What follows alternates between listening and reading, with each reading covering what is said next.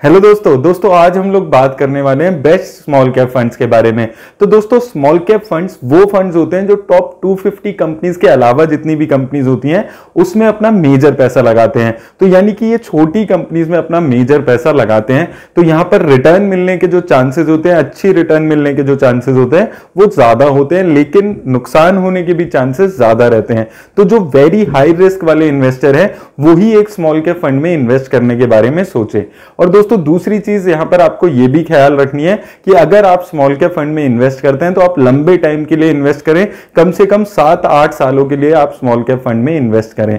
तो आइए अब दोस्तों देख लेते हैं कि मेरे हिसाब से कौन से वो 3 म्यूचुअल फंड्स हैं स्मॉल कैप कैटेगरी में जो आपको आने वाले टाइम में अच्छी रिटर्न्स दे सकते हैं। तो दोस्तों सबसे पहला फंड है एक्सिस स्मॉल कैप फंड और इसका जो एसेट अंडर मैनेजमेंट यहां पर चल रहा है वो 6700 करोड़ के आसपास चल रहा है। वहीं अगर हम इसके एक्सपेंस रेशियो की बात करते हैं तो सिर्फ 0.42% का एक्सपेंस रेशियो ये फंड चार्ज कर रहा है।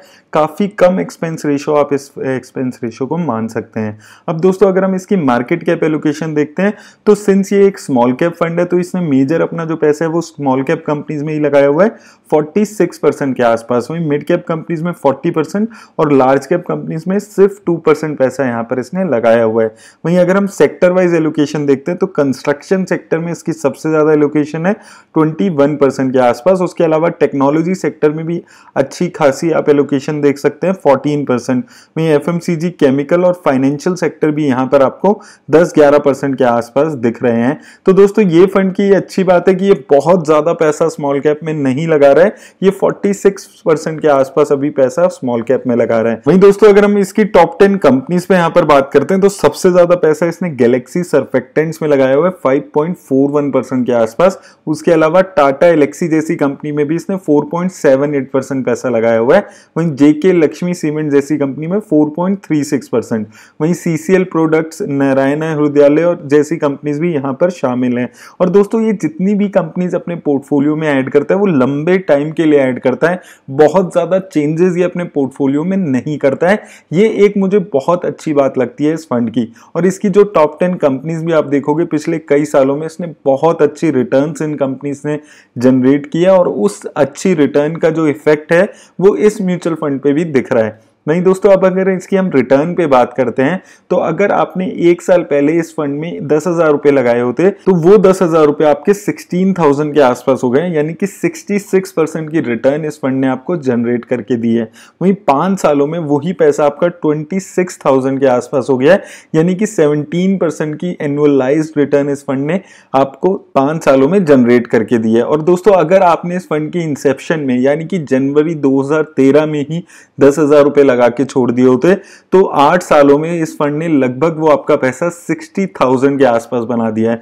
21% के आसपास की रिटर्न इस फंड ने आपको जनरेट करके दी है। तो दोस्तों काफी अच्छी रिटर्न इस फंड ने जनरेट करके दी है। और साथ में अच्छी बात यह है कि ये रिस्क भी कम लेता है, क्योंकि ये फंड जिस भी कंपनी को अपने पोर्टफोलियो में ऐड करता है एक लंबे टाइम के लिए एक अच्छी कन्विक्शन के साथ उसको अपने पोर्टफोलियो में ऐड करता है। वहीं दोस्तों दूसरा फंड आ जाता है एसबीआई स्मॉल कैप फंड। इसका जो एसेट अंडर मैनेजमेंट चल रहा है वो 9600 करोड़ के आसपास का चल रहा है। अब कुछ लोगों को हो सकता है ये एसेट अंडर मैनेजमेंट अभी ज्यादा लग रहा हो एक स्मॉल कैप फंड के हिसाब से, लेकिन दोस्तों मैं वही बात आपको अभी भी बोलूंगा कि जो अभी मार्केट का सिनेरियो है, जो अभी मार्केट के सर्कमस्टांसेस हैं, उसके हिसाब से ये एसेट अंडर मैनेजमेंट बहुत ज्यादा नहीं है। इस एसेट अंडर मैनेजमेंट के बावजूद ये फंड अच्छी रिटर्न जनरेट कर पा रहा है। वहीं दोस्तों अगर हम इसकी एक्सपेंस रेशियो पे बात करते हैं तो इसकी एक्सपेंस रेशियो थोड़ी हायर साइड पे यहां पर आपको लग सकती है। 0.84% एक्सपेंस रेशियो ये फंड अभी चार्ज कर रहा है। वहीं दोस्तों अगर हम इस फंड की मार्केट कैप एलोकेशन यहां पर देखते हैं तो इस फंड ने भी मेजर अपना पैसा जो है वो स्मॉल कैप में ही लगाया हुआ है 54% के आसपास। और मिड कैप कंपनीज में इसने 44% पैसा लगाया हुआ है। वहीं लार्ज कैप कंपनीज में कोई पैसा नहीं लगा रहा है। अगर हम सेक्टर एलोकेशन देखते हैं तो इसने भी सबसे ज्यादा पैसा कंस्ट्रक्शन सेक्टर में ही लगाया हुआ है 15% के आसपास। उसके अलावा कंज्यूमर ड्यूरेबल, इंजीनियरिंग सर्विसेज और केमिकल सेक्टर जैसे यहाँ पर सेक्टर आपको देखने को मिल रहे हैं।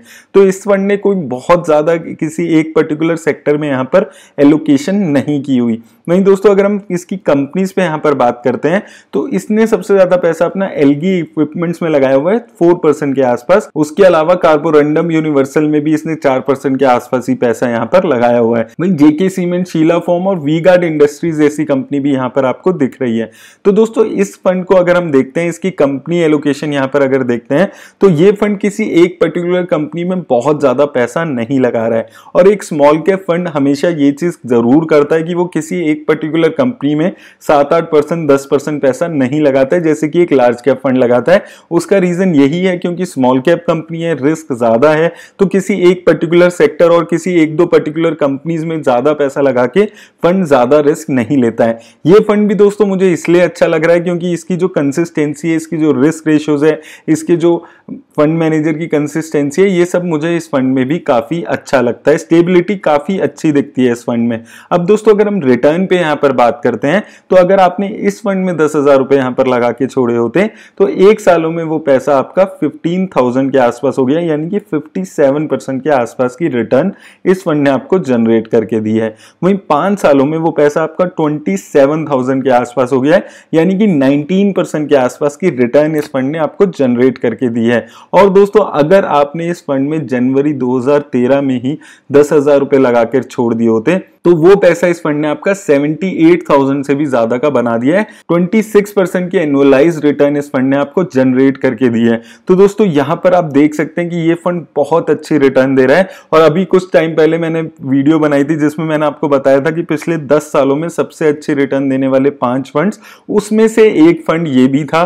काफी अच्छी रिटर्न दे रहा है, काफी कंसिस्टेंसी से रिटर्न दे रहा है। उसका रीजन ये भी है कि ये भी ऐसा ही करता है कि ये काफी लंबे टाइम के लिए कंपनीज को अपने पोर्टफोलियो में ऐड करता है, लॉन्ग टर्म के लिए पोर्टफोलियो में कंपनीज को ऐड करता है। इसलिए यहां पर आपको देखने को मिल रहा है कि लॉन्ग टर्म में इसने बहुत अच्छी रिटर्न जनरेट की है। हालांकि शॉर्ट टर्म में अगर आप देखते हैं तो ये इतनी खास रिटर्न अभी जनरेट नहीं कर पा रहा है। अब दोस्तों तीसरा फंड जो मुझे सबसे अच्छा लगता है इस कैटेगरी में वो है कोटक स्मॉल कैप फंड। ये फंड भी काफी अच्छा फंड लगता है मुझे। एसेट अंडर मैनेजमेंट इसका 5,000 करोड़ के आसपास चल रहा है और एक्सपेंस रेशो इसकी भी काफी कम है, सिर्फ 0.48% एक्सपेंस रेशो ये फंड अभी चार्ज कर रहा है। वहीं अगर हम मार्केट कैप एलोकेशन इस फंड की देखते हैं तो इस फंड ने भी अपना मेजर पैसा स्मॉल कैप कंपनीज में ही लगाया हुआ है 55% के आसपास। उसके अलावा मिड कैप कंपनीज में भी 38% के आसपास पैसा लगाया हुआ है। तो दोस्तों ये जो 3 फंड्स मैं आपके लिए यहाँ पर लेके आया हूं, जो मेरे को 3 फंड्स अच्छे लगते हैं स्मॉल कैप में, उनको मैंने यही देखकर चूज किया है कि ये बहुत ज्यादा रिस्क ना ले रहे हो और फिर भी अच्छी रिटर्न आपको जनरेट करके दे रहे हो। अब दोस्तों अगर हम इसकी सेक्टर एलोकेशन यहाँ पर देखते हैं तो इसने सबसे ज्यादा पैसा कंज्यूमर ड्यूरेबल सेक्टर में लगाया हुआ है 15% के आसपास। वहीं केमिकल सेक्टर में 14%, मेटल में 10%, कंस्ट्रक्शन और एफएमसीजी सेक्टर में भी इसने 10% के आसपास ही पैसा यहां पर लगाया हुआ है।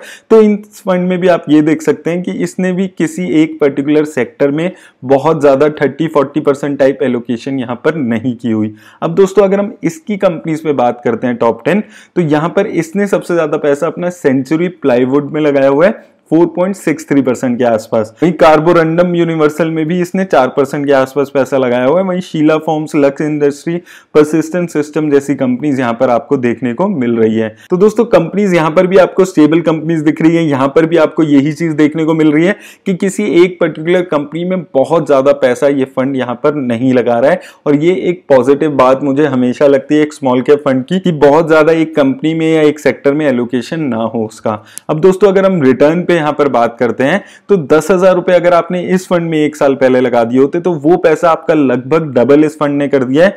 1 साल में ये पैसा आपका 19,000 इस फंड ने बना दिया है। वहीं अगर हम 2 साल में भी देखते हैं तो इसने काफी अच्छी रिटर्न दी है, 54% के आसपास की रिटर्न दी है। और अगर दोस्तों 5 साल में हम देखते हैं तो 5 साल में वो 10,000 रुपए इस फंड ने आपके 25,000 के आसपास बना दिए। 20% की CAGR रिटर्न इस फंड ने 5 सालों में आपको जनरेट करके दी है। और दोस्तों अगर आपने इसके इंसेप्शन में ही पैसा लगा दिया होता तो वो पैसा इस फंड ने आपका 54,000 के आसपास बना दिया है। तो दोस्तों इस फंड ने भी 21% के आसपास की रिटर्न जनरेट करके दी है अगर हम इसकी सिंस इंसेप्शन रिटर्न देखते हैं। तो दोस्तों ये जो 3 फंड्स हैं, ये तीनों ही फंड्स मुझे काफी अच्छे लगते हैं क्योंकि ये रिस्क कम लेकर ज्यादा रिटर्न जनरेट करने की कोशिश करते हैं और ये फंड अपने पोर्टफोलियो में लंबे टाइम तक किसी भी कंपनी को रखने की कोशिश करते हैं। वहीं साथ में जो इसके फंड मैनेजर हैं वो भी काफी कंसिस्टेंटली इस फंड के साथ जुड़े हुए हैं। दोस्तों मैं उम्मीद करता हूं कि इस वीडियो से आपको हेल्प मिली होगी कि कौन सा स्मॉल कैप फंड्स अच्छे हैं, लेकिन आपको हमेशा याद रखना है कि अगर आप स्मॉल कैप फंड में इन्वेस्ट करते हैं तो आप वेरी हाई रिस्क इन्वेस्टर हैं, तो ही आप इसमें इन्वेस्ट करें। और ये जो रिटर्न्स हमने यहां पर डिस्कस की है, जरूरी नहीं है कि इतनी ही रिटर्न ये फंड आगे भी जनरेट करें। मेरी तरफ से आज बस इतना ही। अगर आपको ये वीडियो अच्छी लगी हो तो इसे लाइक और शेयर करना ना भूलें। धन्यवाद।